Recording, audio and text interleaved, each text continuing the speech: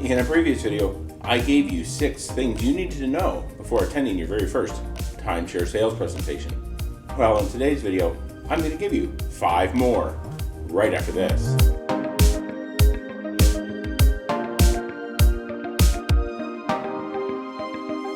Hello and welcome to Destination Timeshare. I'm Jeremy. Before I jump into this video of 5 more things you need to know before attending your very first timeshare sales presentation, I want to let you know on this channel, I provide my knowledge, tips, and advice to help you get the most from your timeshare ownership.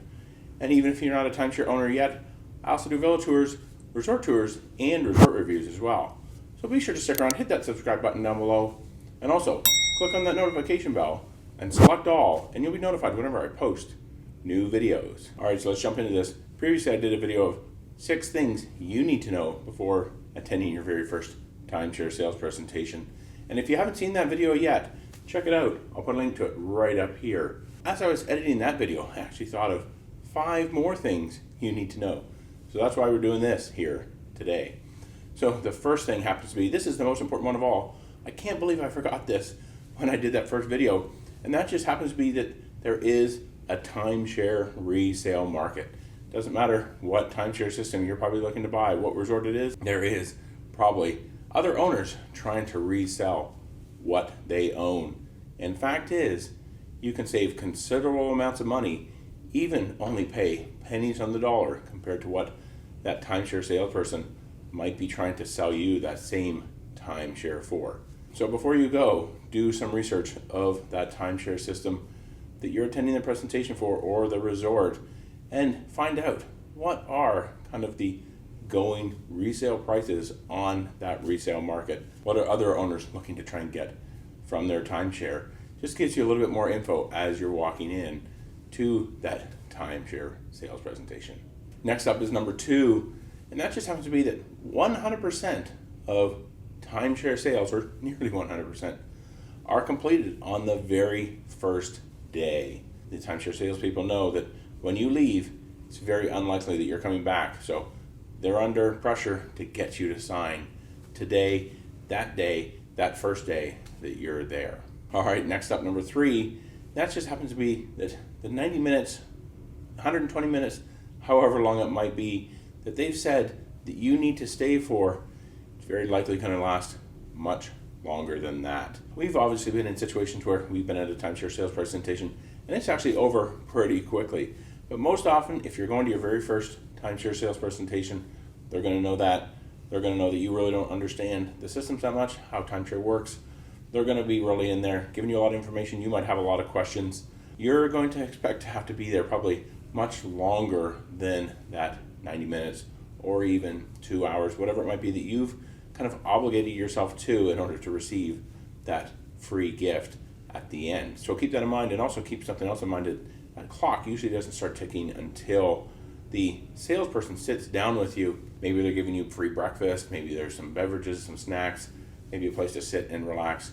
They usually don't count that in that 90-minute presentation. The presentation is the presentation. In some cases, it might be that maybe your whole morning or your whole afternoon is kind of just wiped out.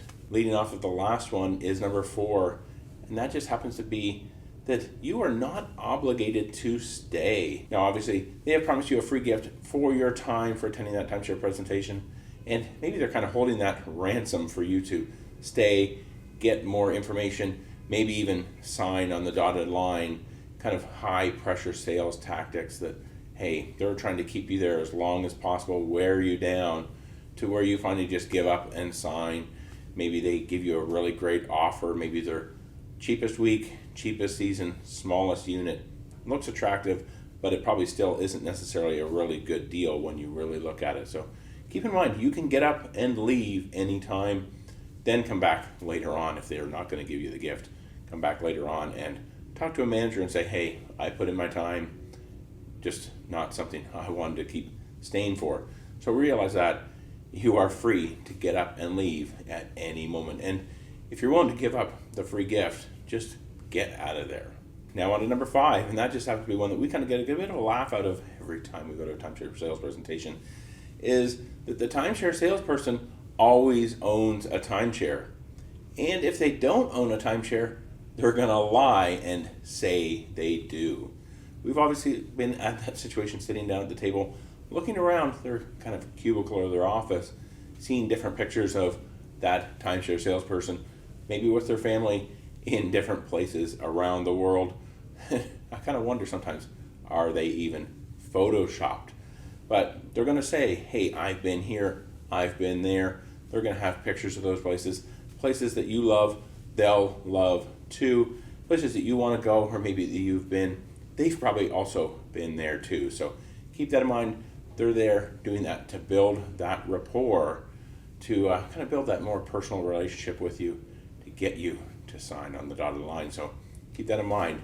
One thing you need to know, just because they say they own timeshare, it doesn't mean they do. All right, so there you have it, the 5 more things that you needed to know before you attend your very first timeshare sales presentation.